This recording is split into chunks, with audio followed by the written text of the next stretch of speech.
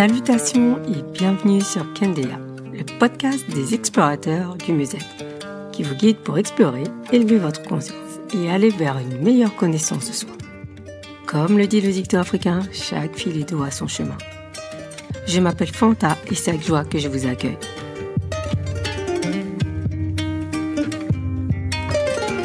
Dans cet épisode, je vais aujourd'hui aborder mon changement de parcours professionnel et comment je me suis tournée vers l'accompagnement. De formation initiale technique, j'ai ensuite assuré plusieurs missions dans la gestion de projet en entreprise pendant plus de 15 ans. Parallèlement à ce parcours, j'ai été très tôt sensibilisée à ce qu'on appelait des médecines douces, approches alternatives et aujourd'hui complémentaires. Je dirais que j'ai eu plusieurs vies professionnelles et plusieurs postes. Alors, à commencer par l'adolescence, où je me suis tournée vers des associations, que ce soit sportives ou culturelles ou humanitaires. D'ailleurs, j'ai été dans les bureaux et aussi dans la gestion de plusieurs d'entre elles. J'aime étudier et je suis quelqu'un de nature curieuse qui aime analyser. J'ai aussi le côté minutieux. Chaque poste que j'occupais, je restais en moyenne 3 ans, car c'était le temps qu'il me fallait pour pouvoir faire le tour des tâches et aussi pour comprendre en quoi ça consiste et savoir quels sont les axes d'amélioration. Ici, ça devenait une routine, alors j'allais vers un autre poste qui m'apprenait à alimenter cette soif de connaissances et de savoir. Et lorsque je faisais des bilans de compétences, on m'appelait souvent le caméléon, car je rentrais dans aucune case. Généralement, j'avais toujours un double profil qui fait qu'ils m'ont classé dans les personnes multipotentielles. Bon, aujourd'hui, c'est à la mode. Certaines personnes disent aussi des slashers. Après, vous voyez dans quoi vous rentrez, mais aussi, c'est bien d'en savoir un peu plus dessus. Cette fameuse case qui veut nous enfermer dans quelque chose, alors que moi je me dis on est beaucoup plus grand que ça.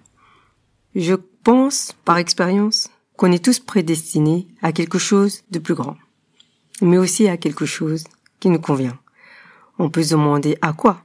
Cette question aussi peut nous amener à une réflexion sans fin, donc une boucle.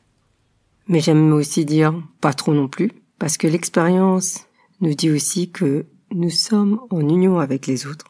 Pour réussir, il y a moi et les autres. Parce que d'expérience, je me rends compte que seul, on peut pas forcément tout le temps réussir. On a toujours besoin d'une aide. Je vous donnerai une anecdote par rapport à ça.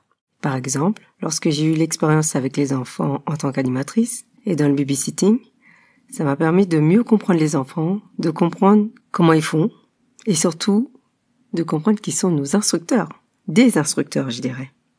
Ils nous apprennent beaucoup de choses sur nous-mêmes et on peut dire que, par expérience, pour moi, il n'y a pas forcément de modèle type d'enfant. Je dirais que c'est nous qui projetons des modèles sur eux, notre vision, nos rêves, nos envies. Alors que eux, en fait, ils sont uniques, comme tout un chacun, mais surtout, ils ont un parcours qui sera forcément différent. Et pas forcément celui qu'on espère. Parce que si on prend en compte leur sensibilité et leur intelligence, on se rend compte que des fois, ils vont aller sur une voie auquel on n'aura pas souhaité. L'expérience dans les associations m'a montré qu'il y a une certaine dynamique. Les gens œuvrent pour une cause, une reconnaissance, des valeurs, ou simplement pour se retrouver entre semblables. C'est ok, là aussi on apprend. Et donc je vous invite à faire cet exercice, à vous demander de vos expériences passées, qu'est-ce que vous avez aimé, et qu'est-ce que les gens disaient de vous. Vous serez étonné de tout ce qui en ressort. C'est dans une de mes dernières expériences professionnelles où je vivais un stress plus, avec beaucoup d'agitation intérieure, qui m'a amené à écouter mon corps. Je souffrais de ce que je vivais, le management sans empathie, des objectifs à atteindre, inatteignables, des horaires à rallonge, des incohérences et des tâches de plus en plus chargées. Une pression de plus en plus forte chaque jour, et là, des douleurs, une prise de poids de plus de 20 kilos, des problèmes de santé qui se sont accentués, et mon corps qui me disait sans cesse « écoute-toi ». Mais je l'entendais pas. Pourquoi ? Parce que j'avais pas appris. Et je continuais à recevoir des mots, des tensions, et il y a rien qui me convenait. Parce que ce qu'on me demandait, c'était de faire du management directif, alors que moi, je faisais du management participatif. Car pour moi, ce qu'il faut prendre en considération, c'est que les personnes avec qui je travaille, ou avec qui je travaillais, ce sont des humains, des personnes avec des émotions, des sentiments, des besoins, pas des machines. Et aussi une certaine sensibilité Donc lorsque je travaille avec une personne, c'est de comprendre comment elle fonctionne. Quelles sont ses capacités, ses prédispositions, quels sont ses dons, ses talents. Et aussi, on peut découvrir par l'expérience qu'il y a beaucoup de choses qui en ressortent. Et des fois, c'est juste en donnant quelques challenges. Et du coup, ça permet de s'exercer sur un poste, une fonction, et aussi d'aller au-delà de ce qu'on pense pas possible de faire. Il n'y a pas forcément que le diplôme ou l'expérience de basique. Parfois, je me dis aussi, il y a aussi la volonté qui est là.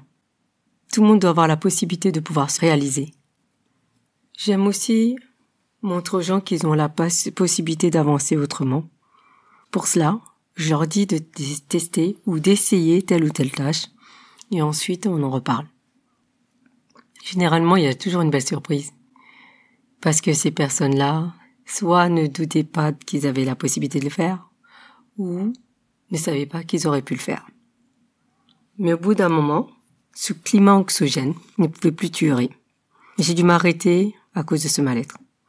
Et le temps de cet arrêt, le temps que je reprenne des forces, vient un moment où je me suis posé une question par rapport à ce que je vivais. Est-ce que c'était vraiment ça que je voulais? Est-ce que je dois continuer ainsi? Pourquoi? Est-ce que je suis vraiment en joie dans ce que je suis en train de faire, dans la façon dont on me traite? Et à un moment, je regarde le ciel. Je dis oui.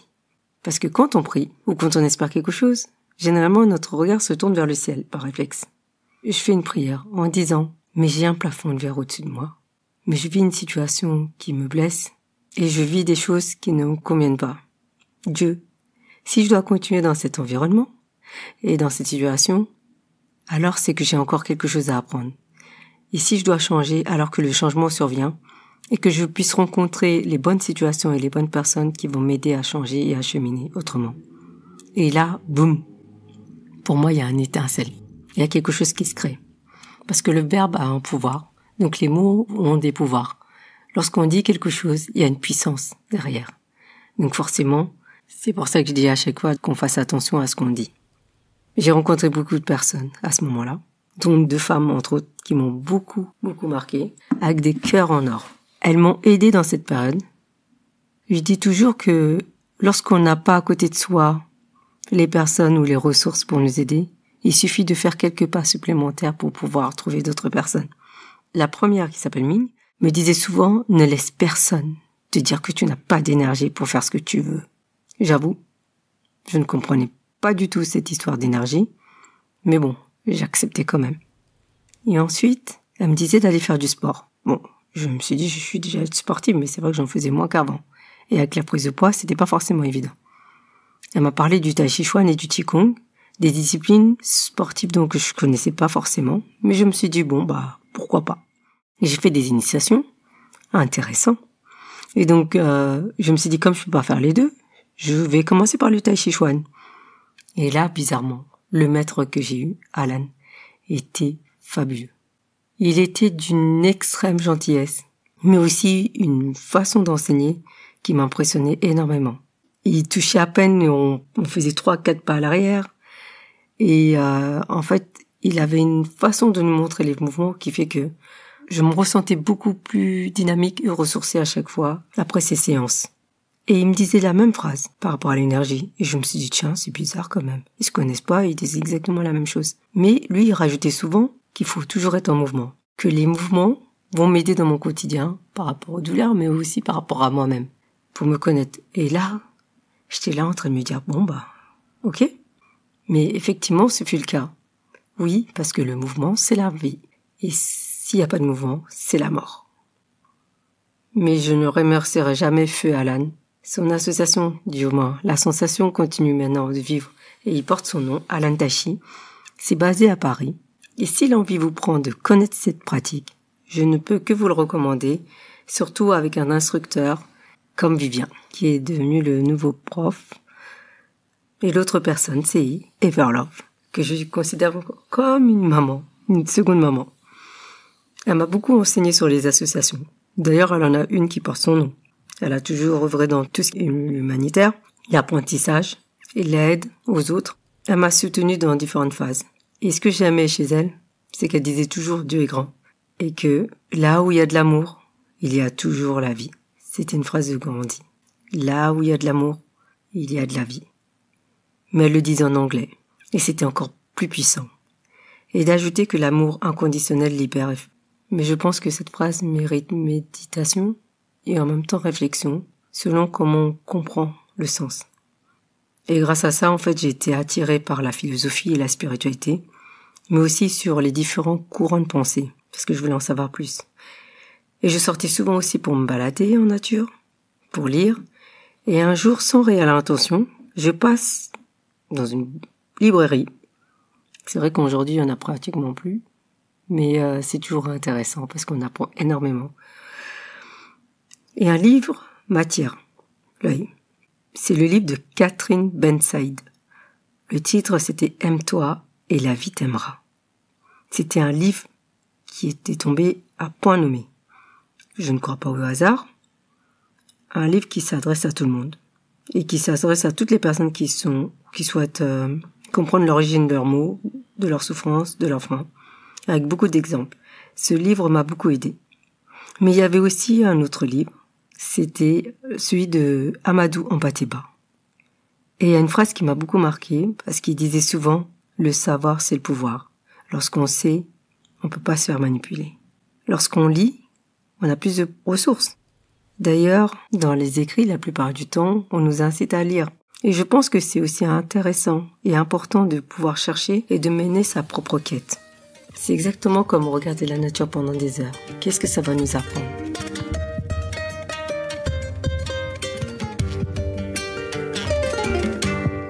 Donc pendant cette période, j'ai continué à m'intéresser à tout ce qui était développement personnel, psychologie, les approches complémentaires, certaines sciences et aussi la relation d'aide. J'ai décidé de faire des expériences et des stages professionnels pour savoir vers quel métier je peux me tourner. Alors j'ai testé assistant de vie, la photographie et la vidéo en tant que traiteur, l'organisation d'événements. Et je me suis rendu compte que ce côté relationnel et contact avec la personne a toujours été au fond de moi, une valeur qui a été véhiculée par l'éducation de mes parents, par ma culture et aussi tout au long de mon parcours professionnel et personnel. Et j'avais besoin de travailler dessus pour pouvoir comprendre que c'était vraiment ça que je voulais. Et donc, la personne qui m'accompagnait en plus de la médecine allopathique était aussi réflexologue. Et j'ai décidé de m'y former parce que je voyais bien les effets que ça avait sur moi, sur mon corps et sur mon esprit. C'est vrai qu'elle m'a suivi très longtemps, pendant pratiquement 5 ans. Mais c'était quelque chose qui était très bénéfique. Parce qu'en même temps, j'ai balayé énormément d'aspects de ma vie. Mais aussi, ça m'a permis de me positionner. Le but de la réflexologie, c'est de soulager le corps, le mental et l'esprit, en procurant un état profond, en fait de relaxation profonde et d'harmonie, pour inciter la capacité naturelle du corps à se rééquilibrer.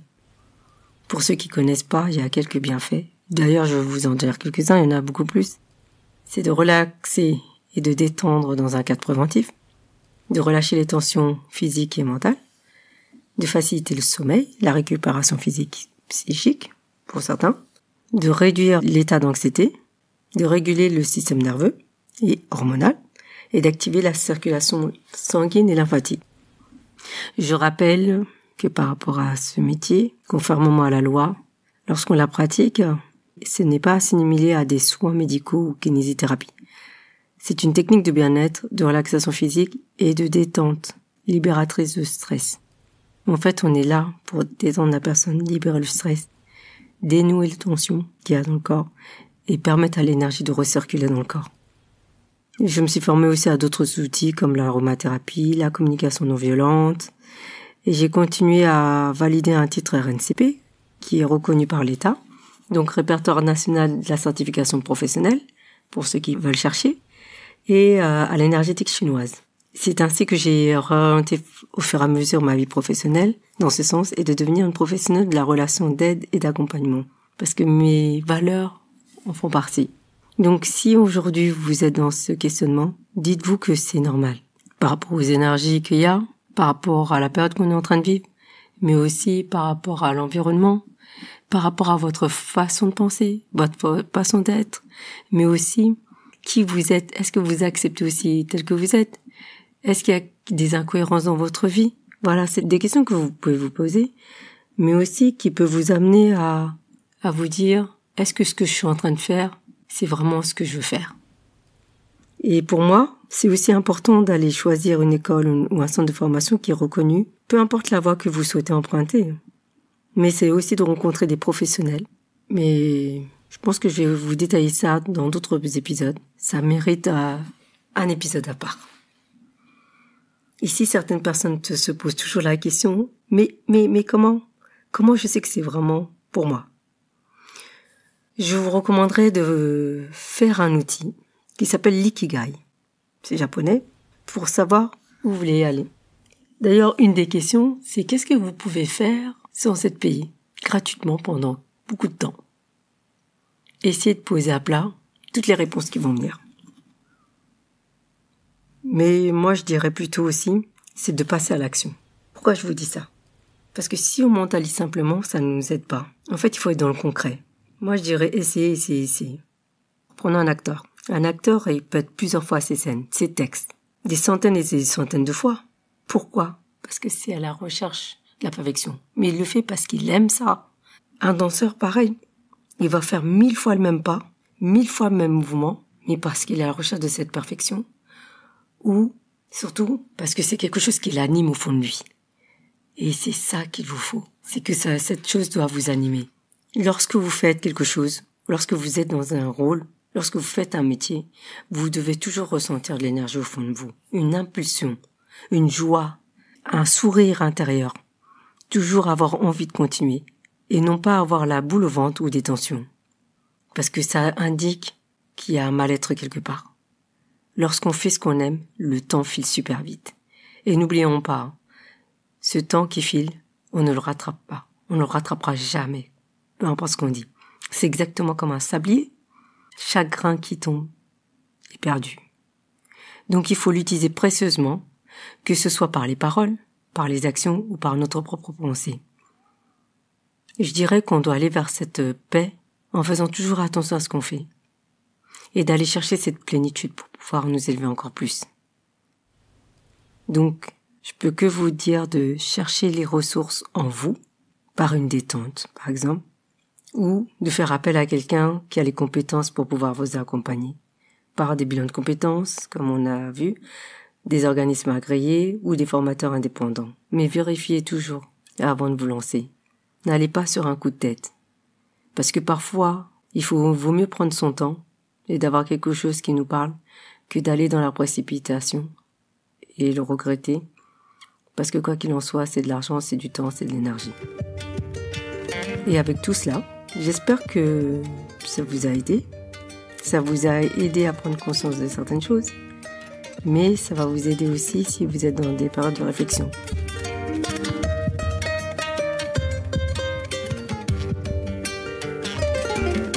J'aimerais vous proposer un petit exercice pour arrêter le mental maintenant. C'est de vous arrêter. Vous arrêtez quelques secondes et vous posez là, au calme. Simplement. De vous installer tranquillement dans un endroit. Trouvez une zone qui sera votre zone de calme.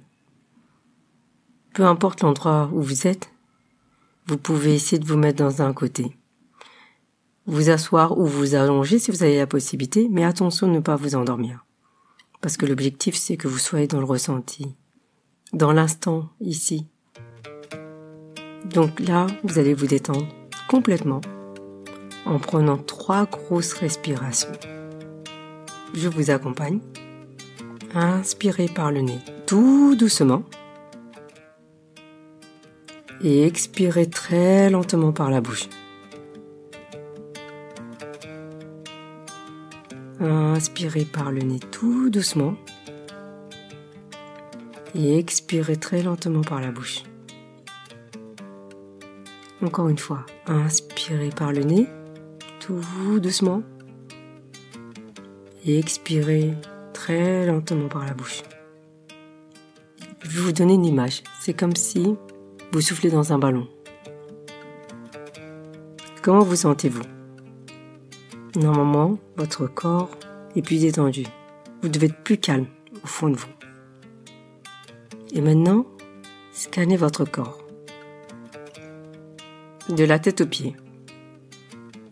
Vous commencez par la tête, vos cheveux, votre front, tout le visage, le cou, les épaules, les bras, votre poitrine, votre ventre. Si vous souhaitez le toucher, vous le touchez. Vos jambes, vos doigts de pied que vous pouvez bouger. Est-ce que vous ressentez quelque chose? Que vous ressentez quelque chose ou pas, l'essentiel, c'est juste d'être dans l'intention. Et maintenant, dites simplement, mon corps est détendu. Et remerciez. Pourquoi je dis ça? Parce que c'est important de s'octroyer des moments de pause pour retrouver de l'énergie et de la clarté dans l'esprit. Voilà un des exercices que vous pouvez faire en plus de ce qu'on a vu déjà, lorsque vous souhaitez arrêter quelques secondes votre mental et apaiser votre esprit. Il y a les méthodes, les livres et les réflexions que je vous ai citées aussi plus haut, mais aussi grâce aux rencontres, vous pourrez comprendre quelle est la voie que vous pouvez emprunter, ou savoir si vous devez continuer ainsi. Mais dites-vous toujours, est-ce que c'est pour mon bien ou pas, ce que je suis en train de faire? Et connectez-vous, faites les 3 respirations, et vous verrez que une réponse remontera à la surface. Mais dans d'autres épisodes, j'approfondirai les points que j'ai abordés, seul ou avec un invité.